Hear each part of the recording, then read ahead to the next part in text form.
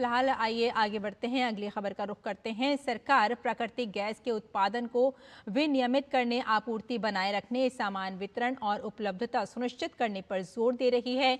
सरकारी सूत्रों के अनुसार सरकार इस स्थिति पर 24 घंटे नजर रख रही है, आवश्यक वस्तुओं की आपूर्ति को नियंत्रित करने की तैयारी में है। शिकायतों के समाधान के लिए 3 सदस्यीय समिति का गठन किया गया है। सभी रिफाइनरियां अपनी पूरी क्षमता से काम कर रही हैं। भारत के पास कुल 70 दिनों की भंडारण क्षमता है। अन्य देशों की तुलना में भारत की स्थिति का काफी बेहतर बताया जा रहा है।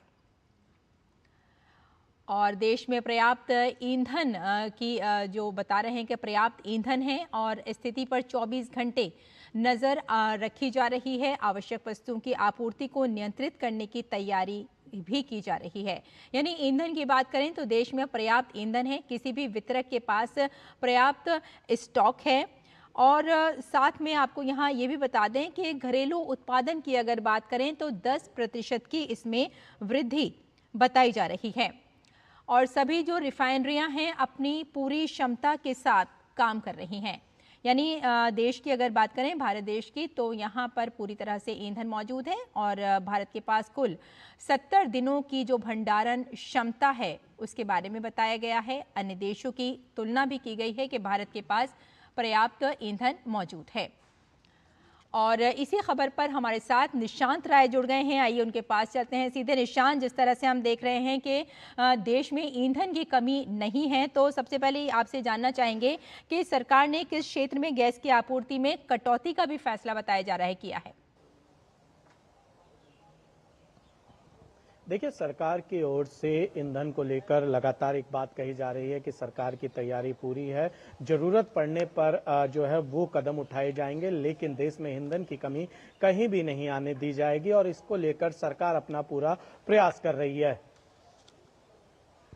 बिल्कुल आपने सही कहा। अगर हम खाड़ी देशों की बात करें तो खाड़ी देश में जो संघर्ष चल रहा है, तो क्या इसका भारत पर कोई असर पड़ा है या भारत के पास पूरी तरह से ईंधन की कोई कमी नहीं है?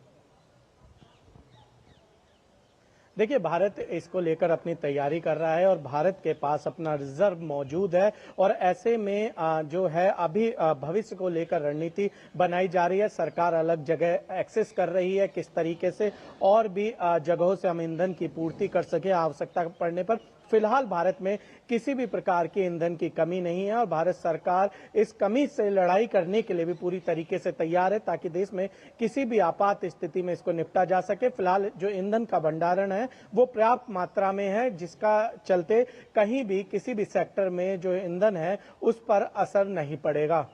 बिल्कुल, भारत की ओर से जो ईंधन की कमी ना हो आने वाले कल में भी, इसके लिए किस तरह के कदम उठाए जा रहे हैं?